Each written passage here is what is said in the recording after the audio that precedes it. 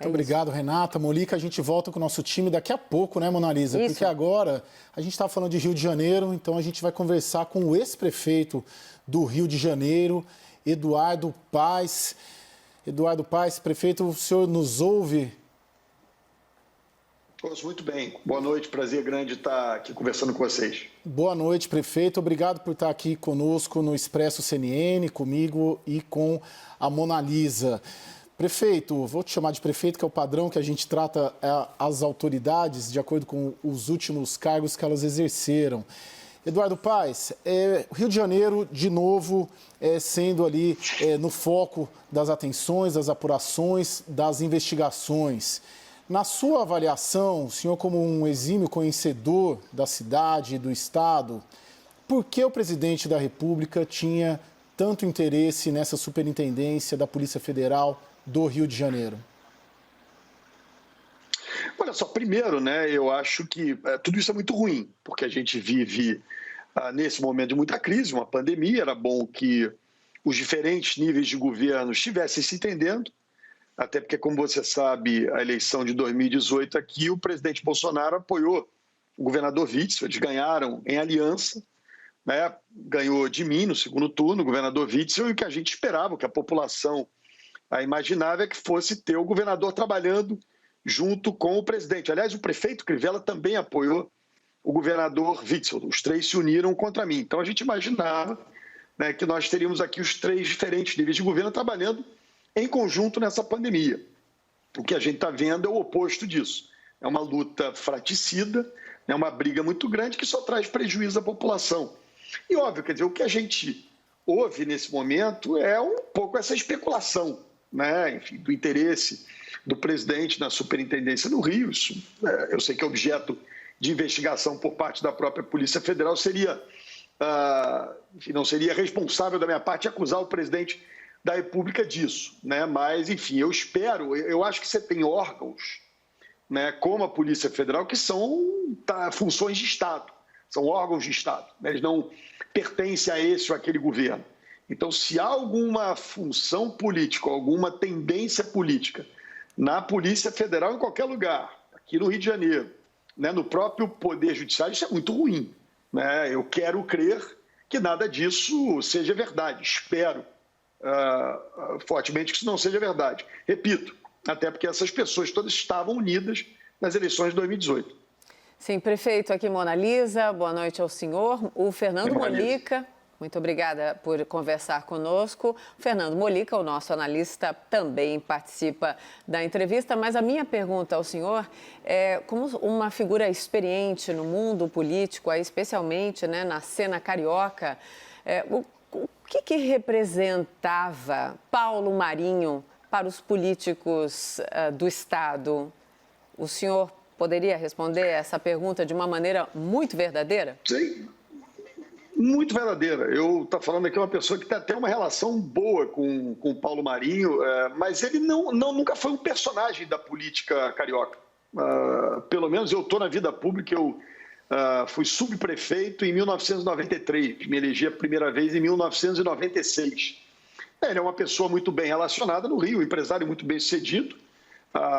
Enfim, pela minha experiência de alguma convivência com ele, uma pessoa muito correta, não há nada que desabone a conduta dele, sempre muito gentil, enfim, uma pessoa querida, né, diria, da sociedade do Rio de Janeiro, mas o protagonismo, a participação dele política, enfim, absolutamente desconhecida para mim. Isso virou uma novidade na eleição de 2018. Né? Eu confesso que, apesar de ter uma ótima relação com o Paulo, né, e tenho mesmo, gosto muito pessoalmente dele, né, eu tomei até um susto quando começou a eleição e vi ele como suplente do Flávio Bolsonaro. Não entendi muito o que era aquilo, não sabia nem dessa relação. E depois, na eleição, a gente foi vendo que tinha ali um time tocando o projeto, e o Paulo explica isso dizendo que, como não houve a candidatura do João Dória, ele tentava que o João Dória saísse candidato a presidente. Como não havia candidatura do João Dória, ele decidiu apoiar o Bolsonaro, mas foi, para mim, uma surpresa. Ele, por exemplo, eu disputei a eleição para prefeito em 2008, fui reeleito em 2012. Acho até que ele votou em mim, mas se houve alguma participação na minha campanha, foi votando em mim como uma pessoa que se dá muito bem comigo. Então não tinha essa relevância no cenário político do Rio, não. Sem doações? Eu diria que ele surge no cenário político a partir do Bolsonaro. Desculpa? Sem doações, sem qualquer tipo de apoio financeiro para... Zero. Não era uma pessoa relevante, inclusive, nesse aspecto. Né? Não era um empresário que, quando era permitido que o setor privado doasse recursos para a campanha, não tinha esse papel. Enfim, eu diria que é um empresário normal do Rio, uma pessoa...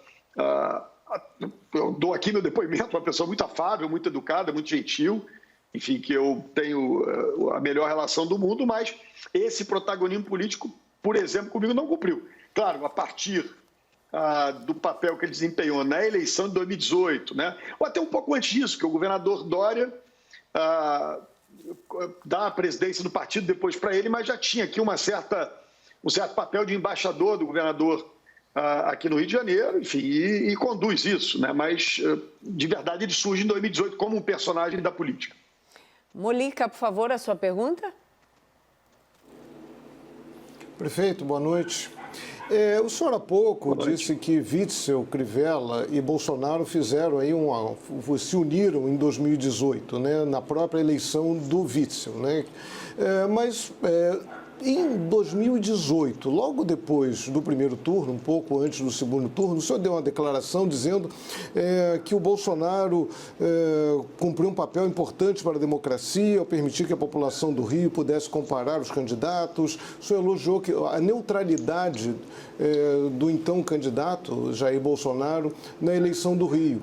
E o senhor também, em todo momento, disse que não apoiaria nem Haddad nem Bolsonaro, mas eram declarações meio dúbias. Houve uma vez até que um panfleto, uma dobradinha, Bolsonaro e Eduardo Paes chegou a ser distribuído. O senhor disse que não era contigo, que não era da sua campanha, que o senhor não tinha aprovado isso. O senhor está tentando se distanciar agora do presidente Jair Bolsonaro, esse presidente que o senhor não rejeitou na eleição de 2018? De maneira nenhuma, nem rejeitei o Bolsonaro, nem rejeitei o Haddad, nem rejeitei ninguém. Eu fui muito enfático na eleição para governador em dizer que eu era o candidato do Rio, né? Que essa história de ficar usando uma candidatura como bengala, né? Inclusive eu usei essa expressão algumas vezes, era um debate que para mim era ridículo, aliás, que não interferiria nas ações do que aconteceria no Rio, porque no final do dia, né, quem tem a caneta é o governador do Estado. Né? Por mais que eles fossem amiguinhos naquela época, não são mais, quem assina os documentos, quem toma as decisões no Estado é o governador eleito, no caso o Witzel. Né? Então não faria diferença estar apoiando o Haddad ou o Bolsonaro. Então eu me distanciei, de fato não apoiei nenhum dos dois candidatos. Acho que qualquer pessoa que participa do processo eleitoral, Molica, está no jogo da democracia. Né? Eu vi o presidente Bolsonaro disputando a eleição.